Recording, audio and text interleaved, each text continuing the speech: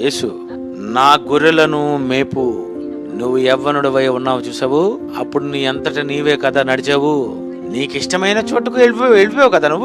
నువ్వు ముసలివాడైపోతావు. అంటే పేతురు గారు ఎంత కాలం బతికారో చూడండి. ముసలివాడైపోయినప్పుడట పేతురు గారు లాస్ట్ సీన్ చెప్తున్నాడు, నీ చేతులు నువ్వు చాచుదువు, తీసుకెళ్ళండి, మూయండి, తీసుకెళ్ళండి, లేకపోతున్నాను, నన్ను లేపండి అంటాడట. ఎవరు చూడండి, నన్ను తీసుకెళ్ళండి, అక్కడ ప్రసంగం ఉంది చెప్పాలి అని అంటే, ఇతను ముసలోడు కదండి, మరి నడలేడు కదండి, లేవలేడు కదండి. ఈ పేతురు గారిని అట ఏం చేయాలి, వేరొకడు నీ నడుము కట్టి నీకిష్టము కాని చోటికి నిన్ను మోసుకొని పోవనంటే పేతురు ఎంతకాలం బ్రతుకుతాడో ఆలోచించండి, ఎంతకాలం బ్రతికాడో ఆలోచించండి, ఎంత ముసలితనం వరకు ఉన్నాడో ఆలోచించండి. ముసలోళ్ళు అయిపోయి పనిచేస్తున్నారు వీళ్ళు. ఆయాసం దుఃఖంలో పనిచేస్తున్నారా?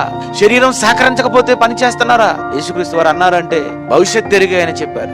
పేతురు లాస్ట్ సిచ్యువేషన్.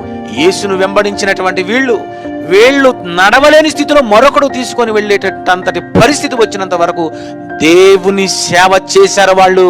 దేవుని సేవ చేసిన వృద్ధులు, శరీరం సహకరించకపోయినా దేవుని సేవ చేసినటువంటి వృద్ధులు.